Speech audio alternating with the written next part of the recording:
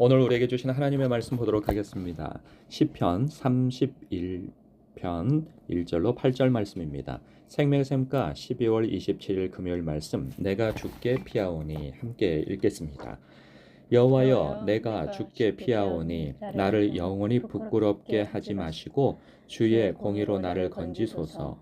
내게 귀를 기울여 속히 건지시고 내게 견고한 바위와 구원하는 산성이 되소서. 주는 나의 반석과 산성이시니 그러므로 주의 이름을 생각하셔서 나를 인도하시고 지도하소서. 그들이 나를 위하여 비밀이 친 그물에서 빼내주소서. 주는 나의 산성이시니이다. 내가 나의 영을 주의 손에 부탁하나이다. 진리의 하나님 여호와여, 나를 속량하셨나이다. 내가 허탄한 거짓을 숭상하는 자들을 미워하고 여호와를 의지하나이다. 내가 주의 인자하심을 기뻐하며 즐거워할 것은 주께서 나의 고난을 보시고 환난 중에 있는 내 영혼을 아셨으며 나를 원수의 수중에 가두지 아니하셨고 내 발을 넓은 곳에 세우셨음이니이다. 아멘. 어느덧 연말이에요. 이제 연말은 또 새로운 시작인 내년을 앞두고 있는 때에 많은 사람들이 희망과 소망을 갖는 것과 반대로 또 불안을 느끼는 때이기도 하죠. 정치적 불안, 사회적 불안, 경제적 불안, 직장의 불안, 결혼의 불안, 노후의 불안, 많은 불안 요소를 안고 있어요. 그러니까 사람이 왜 불안한가? 내일 일을 모르기 때문이에요. 더군다나 내년도 경제 지표나 사회적 지표, 지금 정치적 불안, 이 모든 것들을 볼 때, 물론 매년마다 그 다음 해를 전망할 때 희망적 전망을 한 것을 거의 비춘 적이 없을 정도로 늘 불안한 그 전망을 비추거든요. 그런데 2025년은 역대급이라고 전무후무라고 그 정도까지는 아니라 할지라도 굉장한 이 불안 요소에 대한 예측을 하는 전망들이 많습니다. 그러다 보니까 사람들은 불안하죠. 이 불안하면 사실 이 불안한 때에 이 교회가 부흥하고 기도의 자리가 넘쳐나고 이래야 하는데 사실은 그것보다는 전혀 반대적 상황이 벌어지는 경우가 많습니다. 점집이 흥황을 한다든가, 그렇죠. 왜 그런가 하면 불안하기 때문인 거죠. 다 미래를 모르니 미래를 알고 싶어 하는 마음에 귀신을 의지하고 싶은 거예요. 왜냐하면 기도는 당장에 뭐가 뚝 떨어지진 않거든요.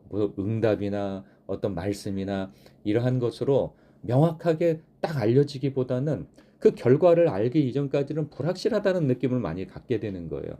그런데 점집에 가면 그냥 바로 뭘 가르쳐 주는 것 같단 말이죠. 또 뭘 아는 것 같고. 그러니까 사람들은 점집에 드나들게 되어지는 거예요. 이런 부분에 대해서 6절에 이렇게 얘기하죠. 내가 허탄한 거짓을 숭상하는 자들을 미워하고, 이 다윗의 시인데 다윗은 이렇게 고백하는 거예요.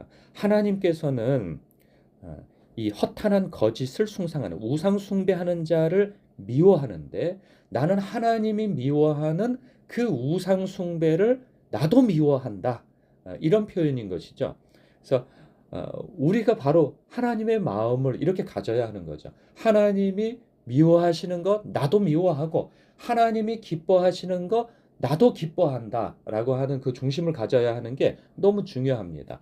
여러분, 그렇다면 하나님이 기뻐하시는 것은 무엇일까요? 하나님을 마음과 뜻과 힘을 다해서 사랑하고 의지하는 거죠. 하나님은 당신이 하나님 되심을 알고 사람 성도가 하나님의 백성과 자녀가 하나님을 의지하는 것, 하나님을 믿는 것, 이것을 아주 기뻐하신다 말이죠. 다윗은 그것을 너무나도 잘 알고 있는 사람이에요. 그래서 하나님 앞에 이렇게 표현하고 이렇게 하나님을 붙잡는 것을 보게 되어져요. 1절부터 보게 되어지면 여호와여, 내가 주께 피하오니, 그는 하나님을 자신의 피난처로 생각하는 거예요.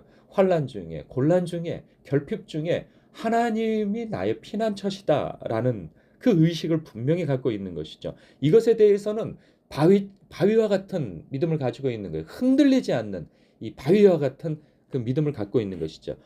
우리 모든 성도가 이 믿음을 바로 가져야 하는 것입니다.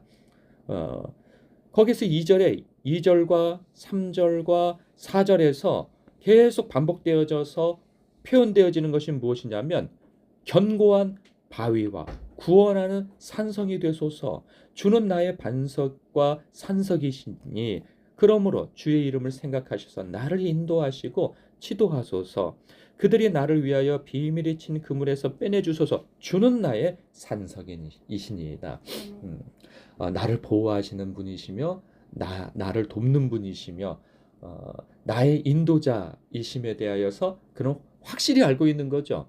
왜 그렇게 알고 있을까요? 바로 5절 때문에 그는 그렇게 알고 있는 거예요. 어떤 부분이 제 눈에 싹 들어오냐면 속량이라는 단어예요. 속량. 내가 나의 영을 주의 손에 부탁하나이다. 진리의 하나님 여호와여 나를 속량하셨나이다. 속량이라고 하는 것은 값을 치르고 사셨다는 거죠. 소유했다는 거예요. 그러니까 우리 예수 믿는 사람들에게 있어서 속량의 의미는 무엇이냐면 예수님께서 당신의 생명값으로 나를 사셨다는 거예요. 십자가에서.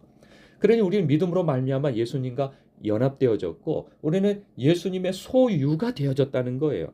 그러니 나는 당신의 것입니다. 그러니 당신의 것으로서 나는 당신의 보호를 받을 그러한 권리가 있습니다.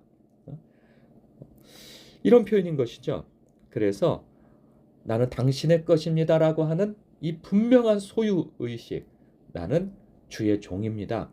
주님의 자녀입니다. 주님의 백성입니다. 나는 주님의 것입니다. 라고 하는 분명한 그 인식 속에서 주님 앞에 자신의 처지와 결핍과 곤란을 주님 앞에 당당히 호소할 수 있는 것이죠. 그래서 나는 여호와를 의지하나이다. 6절에서 그렇게 고백하는 거죠.